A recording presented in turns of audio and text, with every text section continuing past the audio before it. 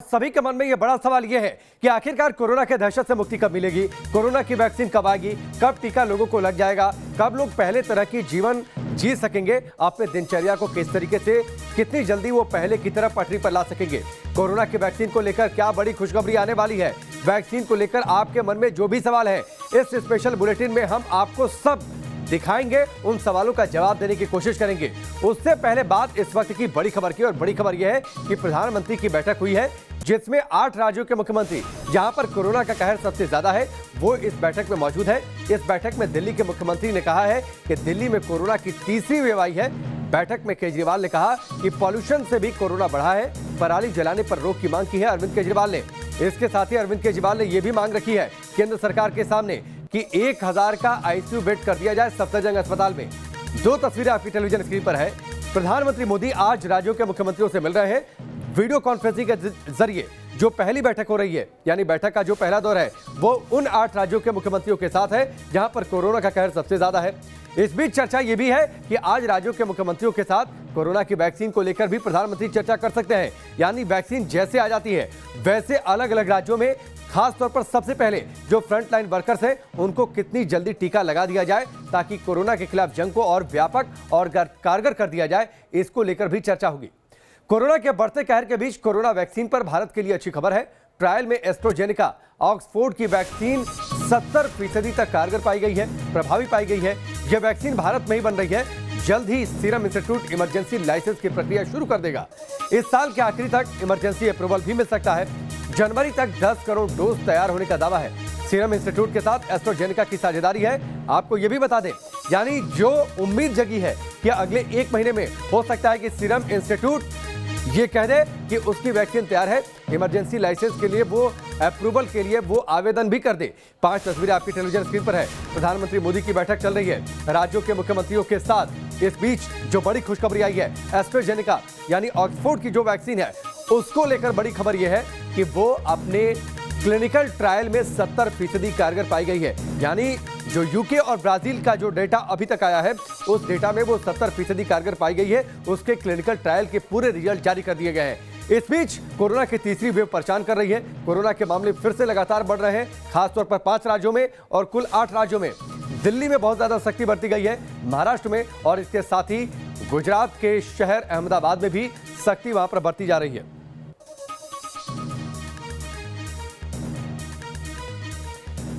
तीन सहयोगी इस वक्त हमारे साथ जुड़ चुके हैं। रविकांत राय हमारे साथ जुड़ चुके हैं, मोहित बख्शी हमारे साथ जुड़ चुके हैं, इसके साथ ही अब सैयद आमिर हमारे साथ जुड़ चुके हैं, और हमारे साथ डॉक्टर स्वाति माहेश्वरी भी हमारे साथ जुड़ चुकी हैं। आप सबका बहुत बहुत स्वागत है। इससे पहले कि मैं आगे रुक करूं डॉक्टर स्वाति माहेश्वरी का, लेकिन रविकांत, एक आपसे मैं अपडेट चाहता हूं बैठक को लेकर। प्रधानमंत्री की जो बैठक चल रही है, इस बैठक को लेकर क्या अपडेट और जानकारी, और यह भी चर्चा है कि जो दूसरी दौर होगी बैठक का, आज जो दूसरा दौर होगा उसमें कोरोना वैक्सीनेशन को लेकर किसी रणनीति पर चर्चा हो सकती है।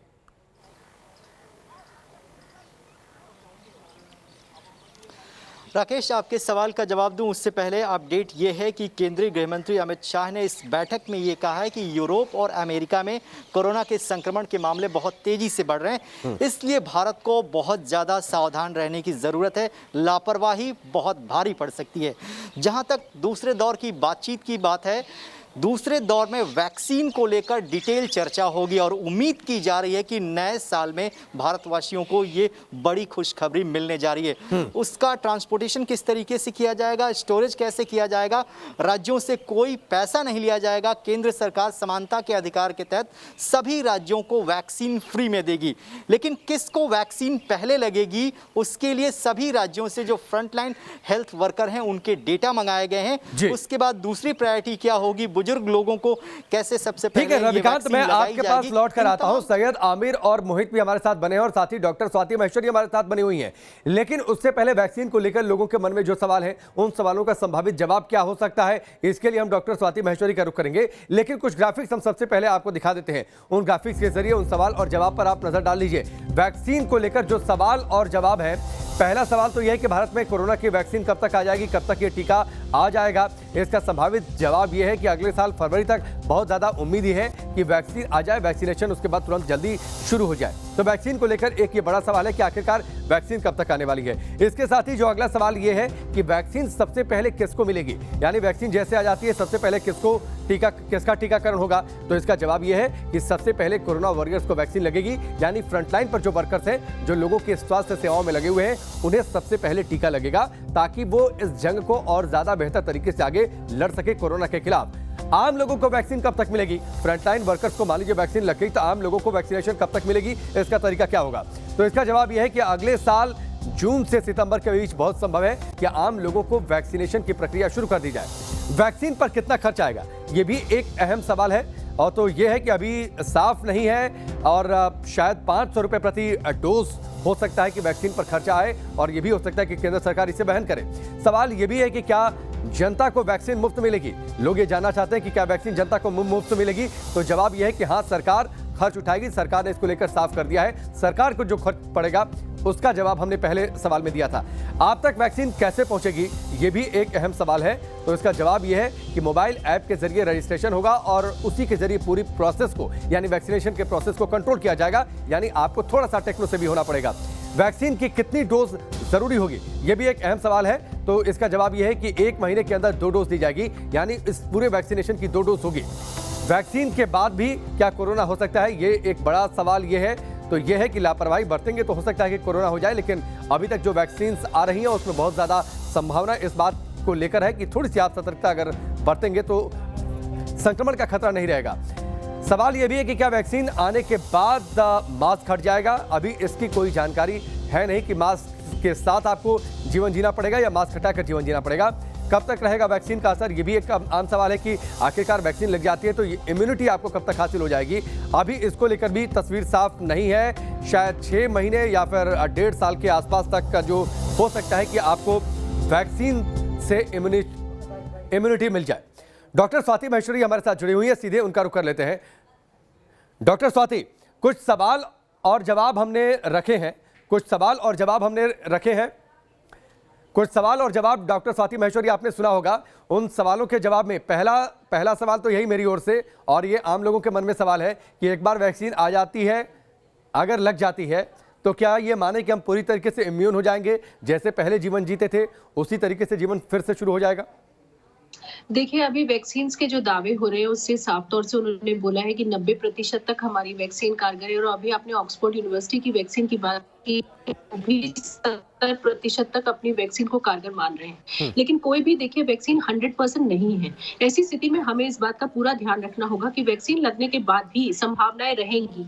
और अभी सबसे बड़ी बात यह भी है कि ट्रांसमिशन रेट को वैक्सीन कितना रोकती है, क्योंकि एस्ट्राजेनेका ने पहला दावा किया है अभी कि उनकी वैक्सीन जो है वो एक व्यक्ति से दूसरे में संक्रमण होने को भी रोकेगी। लेकिन अगर आपको याद हो तो डॉक्टर फाउची ने अभी ये बात अमेरिका में बोली थी कि जो मॉडर्ना और फाइजर वैक्सीन हैं उनसे हम अभी ये नहीं कह सकते कि ये ट्रांसमिशन को रोकेंगी। यानी कि जिस व्यक्ति को वैक्सीन लगी है उससे दूसरे को संक्रमण होगा या नहीं होगा ये अभी नहीं कहा जा सकता। तो सबसे जरूरी कड़ी जो इसमें है वो ट्रांसमिशन, और उस ट्रांसमिशन को रोकने के अगर मुझे वैक्सीन लग गई तो मैं तो सुरक्षित हूँ, लेकिन क्या मेरे परिवार वाले या जिनसे मैं मिल रही हूँ वो भी सुरक्षित हुए मुझसे या नहीं हुए? तो ये अभी एस्ट्राजेनेका ने ये दावा किया है कि उनकी वैक्सीन जो है वो ट्रांसमिशन भी रोकेगी, लेकिन अभी हम इस पे पूरी तरह तौर से नहीं कह सकते। यानी डॉक्टर स्वाति, एक बात है कि वैक्सीन आ जाती है, लग जाती है, आपकी बातों से मुझे जो समझ में आ रही है वो ये बात है कि हमें मास्क के साथ और एहतियात के साथ तो जीना पड़ेगा कुछ समय तक। बिल्कुल, देखिए अभी तो बिल्कुल जीना पड़ेगा, और अभी वैक्सीन लोगों तक पहुंचने में भी वक्त लगेगा। हमारी 135 करोड़ की आबादी है और वहां तक वैक्सीन पहुंचाना में भी अपने आप में एक लंबा समय लगने वाला है। लेकिन स्वास्थ्य मंत्रालय ने भी बोला है कि वो 30 करोड़ वैक्सीन जो है वो जून जुलाई के महीने तक लगाएंगी।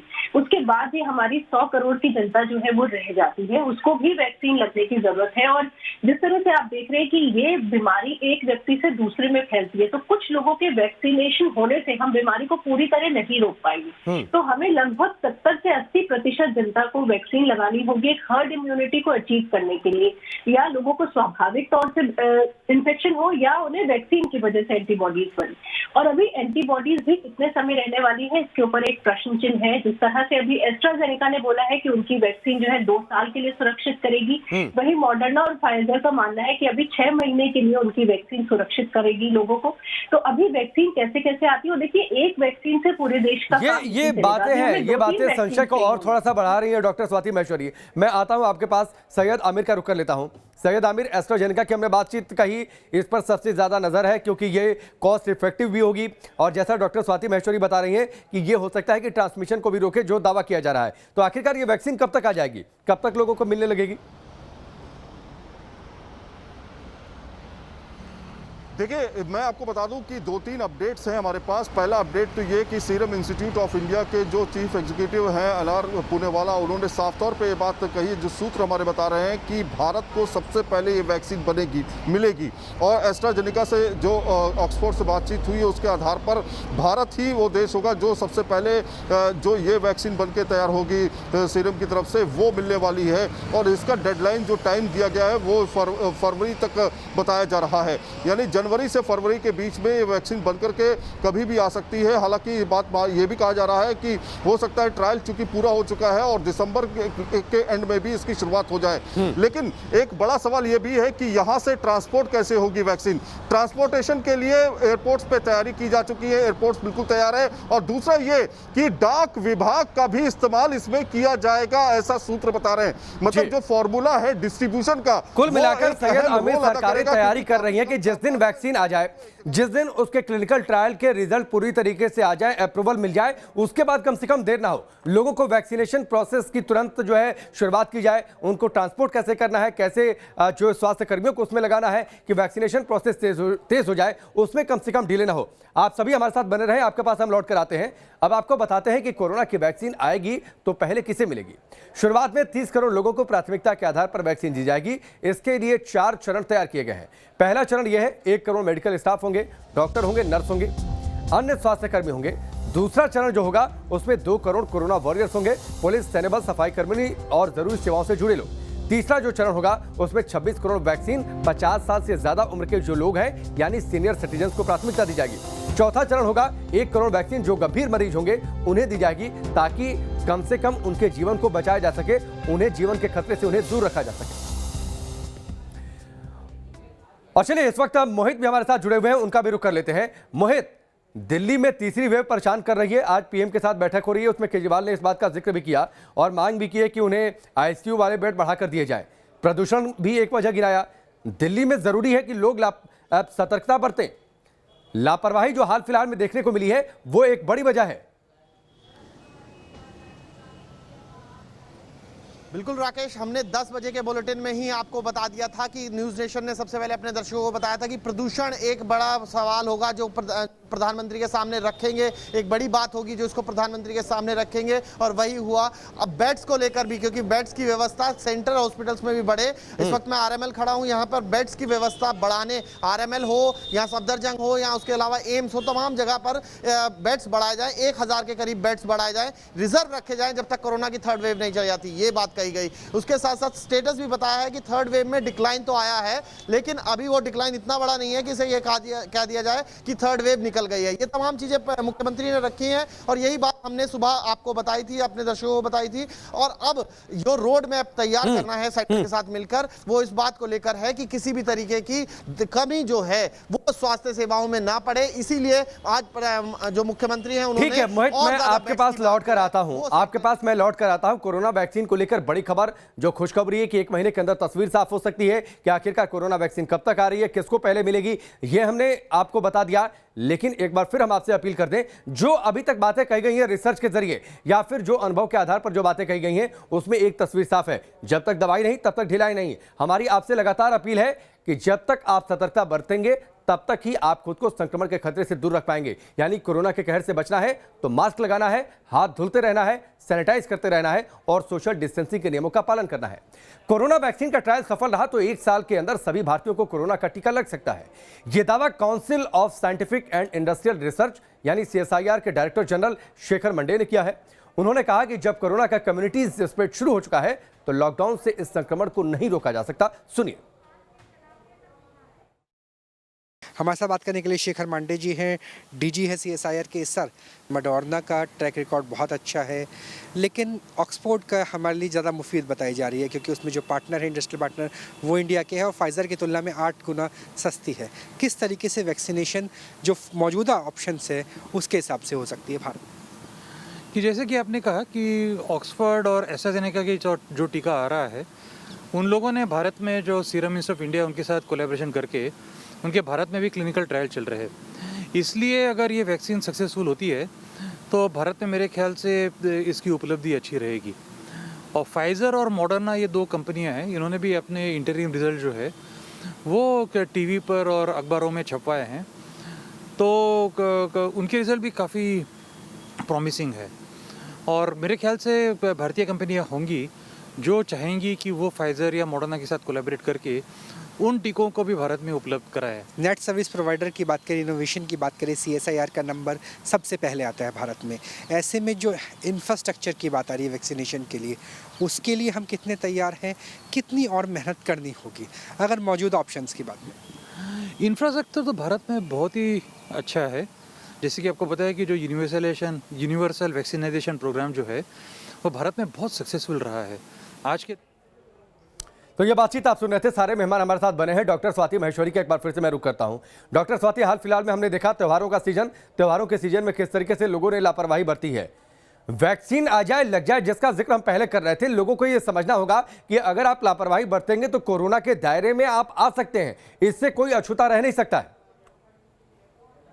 बिल्कुल ठीक कहा आपने। देखिए, वैक्सीन की जो खबरें आ रही हैं वो जरूर ये बात साबित करती है कि कोरोना के ताबूत में अब कील लगानी शुरू हो चुकी है। लेकिन अभी उसमें वक्त लगेगा, समय है, और लोगों को ये समझना जरूरी है। आज हम लोग की धारणा ये हो गई है कि मार्केट चले जाते हैं, कोरोना से भी बच जाएंगे, मार्केट भी हो आते हैं, शादी में भी हो आते हैं, पार्टी भी कर लेते हैं, कोरोना से भी बच जाएंगे, ये भी हो जाएगा। दोनों चीजें साथ साथ नहीं होंगी। आपको ये समझना जरूरी होगा कि अभी भी आपको अपने आचरण पर कहीं ना कहीं लगाम लगाने की जरूरत है कि आप उतना ही घर से बाहर निकलिए जितना आपके लिए जरूरी है।